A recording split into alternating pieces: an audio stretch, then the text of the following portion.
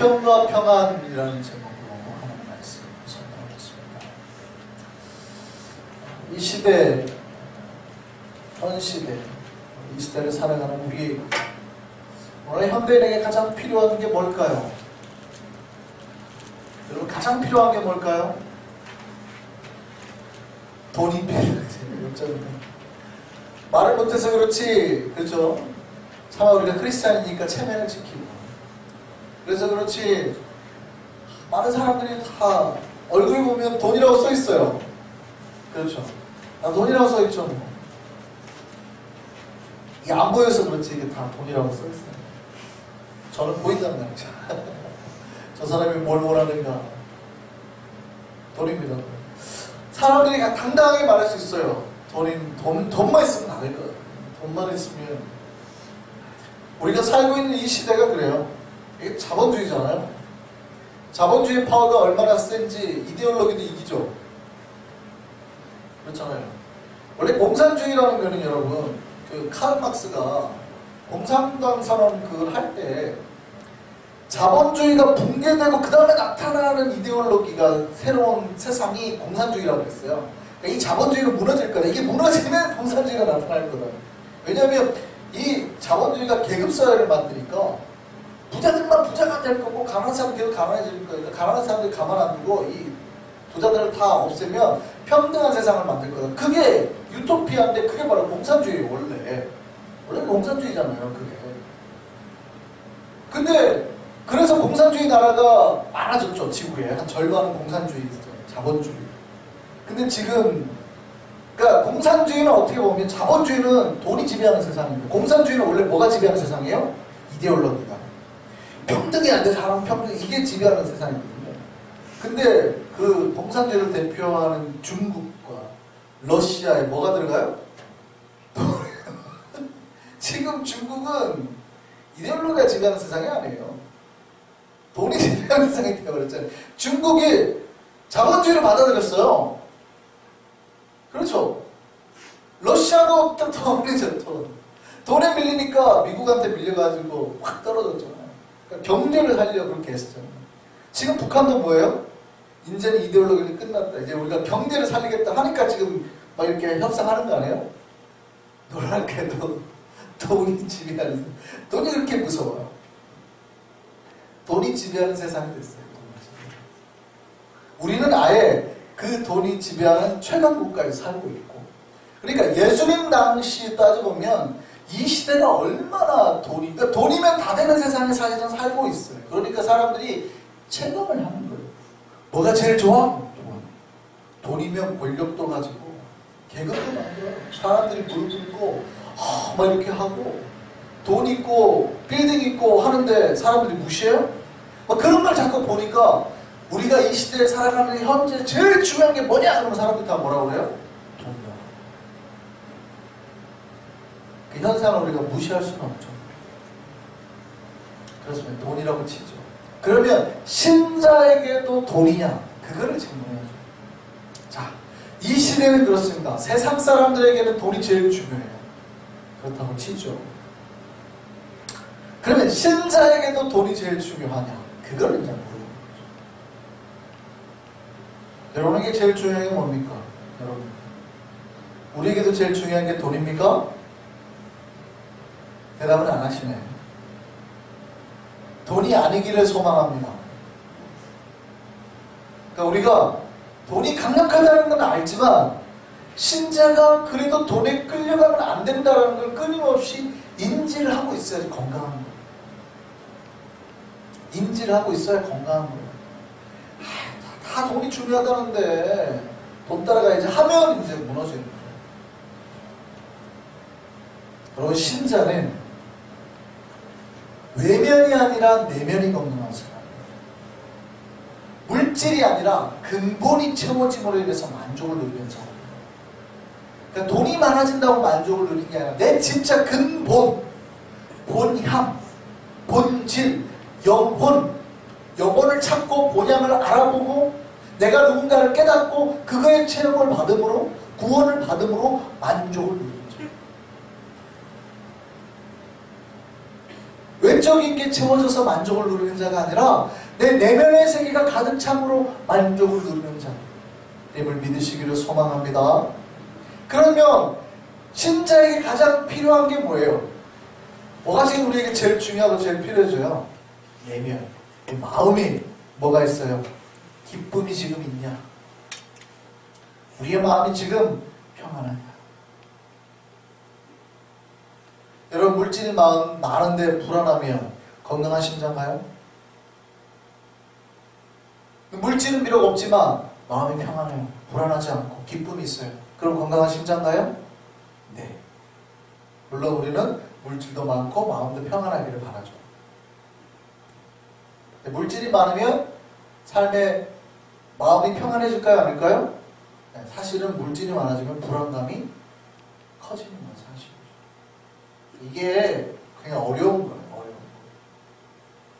거. 어쨌든 둘 중에 하나를 선택하려면 어디를 선택해야 돼요? 우리는 내면, 마음의 기쁨과 평안이 있으므로 하나님 앞에 먼저 감사할 줄 알아야 된다는 거죠. 여러분에게 질문 한번 드립니다. 여러분 지금 마음이 기쁘십니까? 대답 아무도 안 하셨어요. 여러분 마음이 지금 평안하십니까?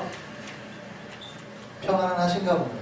근데 평안을 한데 기쁘진 않고, 평안을 한데 기쁘진 않고, 평안이라는 게 이제 특별히 몇 근심이 없는 그 정도 그런 건가요? 우리의 내면이 온전히 평안 가운데 우리가 정말 머물기를 소망합니다. 신자에게 가장 필요한 건 그래서 영혼과 마음과 삶의 평안이 항상 깃듭니다. 신자의 삶에 문제가 우리의 인생에 문제가 발생하는 것은 이 기준이 흔들릴 때, 내면이 중요한데, 사람이 갑자기 어느 날, 외면이 중요하다고 자꾸 이제 기준이 흔들릴 때, 내 내면을 봐야 되는데, 내 내면을 보지 않고 이제 세상을 보게 될 때, 기준이 흔들릴 때, 신자의 삶에 문제가 발생을 하게 되는 거죠. 내면의 체험보다 세상의 체험이 더 중요해질 때 점점 사람들은 시선을 세상으로 돌리게 됩니다. 신자는요, 끝없이 기도해야 됩니다. 뭘 기도해야 돼요? 끝없이 물질을 달라고 기도해야 되나요? 끝없이 돈을 달라고 기도해야 되나요? 아닙니다. 끝없이 기도해야 될 게 뭐예요? 바로 이 평안을 달라고. 흔들리지 않냐 평안을 달라고. 돈이 있든 없든 내 마음이 흔들리지 않게, 내 마음이 불안하지 않게, 걱정하지 않게, 내 마음에 세상 것들이 깃들지 않게 주님께서 나를 평안으로 지켜주시고 기쁨으로 지켜주옵소서. 이걸 놓고 기도하는 거잖아요. 아멘입니까? 근데 많은 신자는 이걸 놓고 기도하기보다는 뭘 놓고 기도해요? 물질이 채워지기를 기도하죠.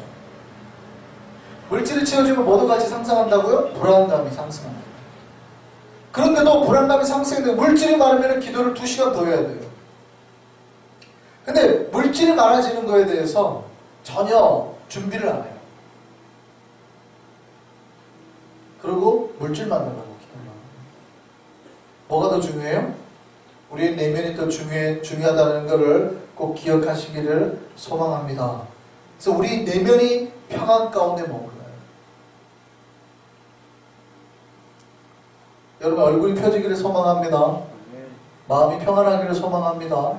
돈이 있든 없든, 있어도 평안하고 없어도 평안해야 되지만 어쨌든 우리 마음이 흔들리지는 말아야 된다.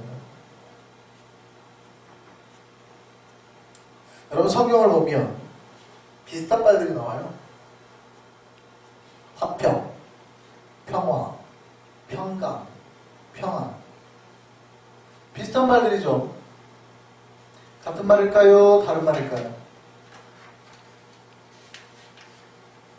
성경에 보면 화평도 나오고 평화도 나오고 평강도 나오고 평안도 나옵니다. 같은 말일까요? 다른 말일까요? 헬라어로 찾아보면 다 한 단어입니다. 사실은 같은 말입니다. 같은 말. 에이레는 영어로는 피스라고 했어요. 근데 왜 한글 성경은 이거를 다 다르게 번역을 해놨을까요? 그냥 그 단어를 써버리면 한국말로 전달할 때는 원래 그 단어가 가지고 있는 의미가 잘 전달이 안 돼요. 그래서 한국말을 할 때는 한국 사람들이 오히려 우리말에 더 적용하기 좋게 바꾸는 거예요. 물론 원어는 같습니다.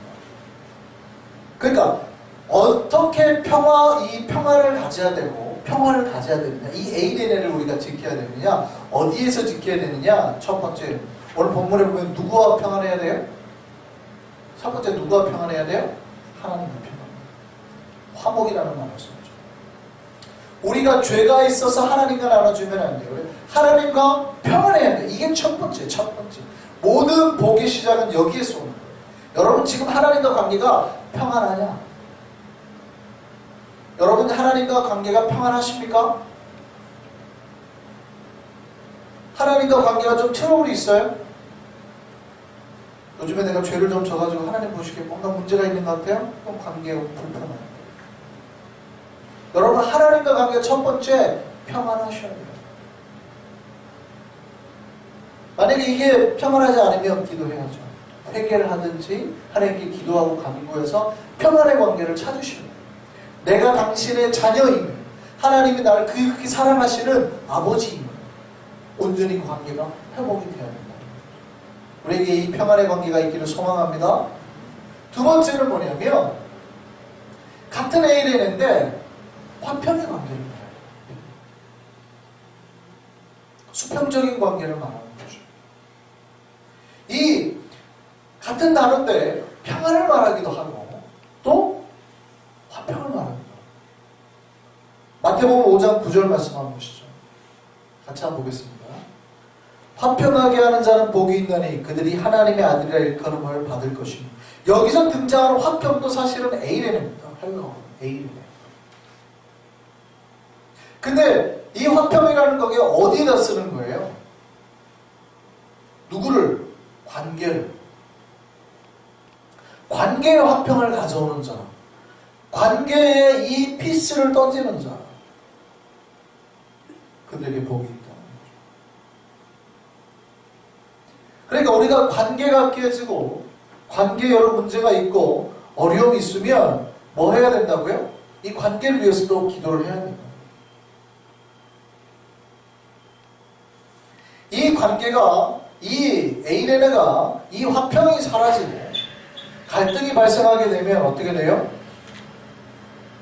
갈등이 점점 여러분 그 갈등이라는 거는 사실은 별거 아닌 거에서 시작하죠. 처음부터 막 죽이려고 하는 사람은 없죠. 사실은 별거 아닌 거에서부터 시작이 돼요. 그러다 점점 거기에 평화가 사라지면, 화평이 사라지면 이것이 점점 커져서 나중에 감당할 수 없을 만큼 문제가 되는 거죠. 처음에 76년에 온두라스에서 수도에서 좀 떨어진 산속의 에스테반이라는 마을에서 문제가 발생했어요. 평상시에 잘 지냈던 두 집안이 있었는데 그 동네에서 이제 사람들이 인기 있는 스포츠가 하나 있어요. 닭싸움. 이 닭싸움이 아니고 진짜 투개. 닭 가지고 와가지고 진짜로 싸움 붙이는 거예요. 한국에서도 많이 했잖아요. 닭을 길러가지고 닭들끼리 싸우는 거. 이걸 닭싸움을 했어요.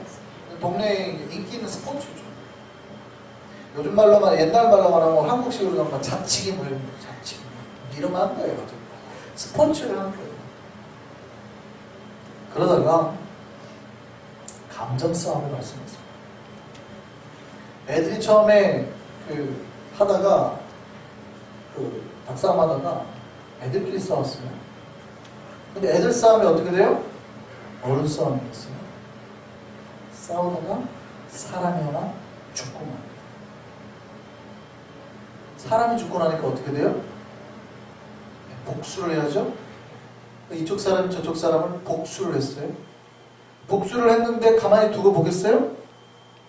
또 복수를 해야죠. 두 집안이 서로 복수 죽이고 20년을 싸우는데 몇 명이 죽을게요? 80명 죽었어요. 뭐 때문에? 닭싸움하다가. 그냥 놀다가 그런 게 스포츠 하다가 갈등이 얼마나 무서운지. 평화가 사라지면 결국 뭐가 와요? 죽음이 와요. 멸망이 와요. 1997년 마침내 더 이상 우리가 싸우지 말자. 방송까지 나왔어요. 방송. 여러분, 사탄은 우리에게 뭐를 없애요? 이 ANN을 없애기 위해서, 화평을 없애기 위해서 애를 쓰는 거죠. 하나님과 우리 사이의 평안을 없애기 위해서, 우리의 신자와 신자 사이에 그 ANN을 없애기 위해서, 화평을 없애기 위해서. 그러면 갈등이 생기는 거죠. 분쟁이 생기는 거죠. 점점 그 안에 싸움과 시기와 질투와 미움과 이런 것들이 이제 커지는 거예요. 우리가 여기서부터 벗어나기를 소망합니다. 그 다음에 같은 ANN인데 우리가 쓰는 말 중에 이런 말이 있어요. 평강. 이 평강이라는 말로 쓰는 게 있어요. 히브리 말로는 뭐예요? 샬롬이죠. 샬롬. 이 샬롬은 사실은 주로 어디에 쓰는 말이냐면 우리의 마음. 샬롬 때 쓰는 말입니다. 그러니까 하나님과 있는 사이에 평안이 있고 또 사람과 사람 사이에 화평이 있고 우리 내면에 샬롬이기 때문에 같은 ANN이지만 다 다르게 쓸 수 있죠. 이 샬롬은요, 그 마음속에 어떤 걱정이나 염려나 두려움이나 뭐 그런 불안감이 없는 상태예요. 신자는 이 상태를 놓치면 안 돼요. 우리 마음이 그래야 된다는 거예요. 이걸 위해서 노력해야 되는 거예요. 신자가 이 평강을 가지려면, 샬롬을 가지려면 어디 안에서의 평강을 누릴 수 있을까요? 여러분, 세상 안에서는 이 평강을 가질 수가 없어요. 예수 안에서. 오늘 본문이 강조하는 말씀이 그거예요. 그리스도 예수 안에서. 그리스도 예수 안에 있는 자가 바로 이 샬롬을 누리게 될 거예요. 오늘 우리가 찬양했습니다. 주님께서 우리에게 뭐라고 말씀하셨어요? 평안을 너에게 주라. 주님께서 우리에게 준 이 평안이 샬롬이에요. 세상이 줄 수 없는, 세상은 알지도 못하는 그 샬롬을 내가 너에게 주겠다. 이 샬롬이 우리에게 있기를 바랍니다. 그 불안과 근심에서 벗어나야 해요. 자, 이것이 어디서 올까요? 이 평안과 화목과 평강이 다 어디서 올까요? 기억하시기 바랍니다. 주님으로부터 온다. 따라하세요. 주님으로부터 온다. 하나님을 바라보는 자에게 하나님께서 그 평강을 주시는 거예요. 그 샬롬을 주시는 거예요. 그 화평을 주시는 거예요. 민수기 6장 24절 말씀 보시죠. 우리가 잘 아는 축복문입니다. 제가 언젠가 말씀을 드렸죠. 이제는 우리 주 예수 그리스도의 은혜와 할 때 요거 대신에 저걸 해도 된다고. 여호와는 내게 복을 주시고 너를 지키시기를 원하면 이거 해도 된다고요. 법적으로. 축복문이에요. 제사장의 축복문. 같이 한번 읽어보겠습니다. 여호와는 내게 복을 주시고 너를 지키시기를 원하며 여호와는 그의 얼굴을 내게 비추사 은혜 베푸시기를 원하며 여호와는 그 얼굴을 내게로 향하여 드사 뭘 주시기를 원하노라? 평강 주시기를 원하노라. 하나님의 얼굴이 비춰서 뭐가 임해요? 평강이 임해요. 그럼 누구에게 평강이 임한다는 거예요? 여호와의 얼굴을 바라보는 자. 그 평강이, 우리가 바라는 평강이 여기서는 똑같이 에이레네입니다. 샬롬입니다. 히브리 원어로는, 여기는 구약이니까 히브리 원어를 보면 샬롬이라고 되어 있어요. 이 샬롬이 어디서 오냐고요? 하나님에서. 하나님의 얼굴에서 옵니다. 우리가 주를 향해서, 우리가 주님을 향해서 얼굴을 우리의 낯을 들고 주를 바랄 때, 주님께서 당신 얼굴을 비춰주실 때, 그때 우리에게 샬롬이 임한다, 이겁니다. 물질에서 샬롬이 오는 게 아니라, 물질에서 평강이 오는 게 아니라, 평안이 오는 게 아니라, 화평이 오는 게 아니라 어디에서요? 하나님에서요. 물질에서 오는 거는 말은 비슷한데 뭐예요?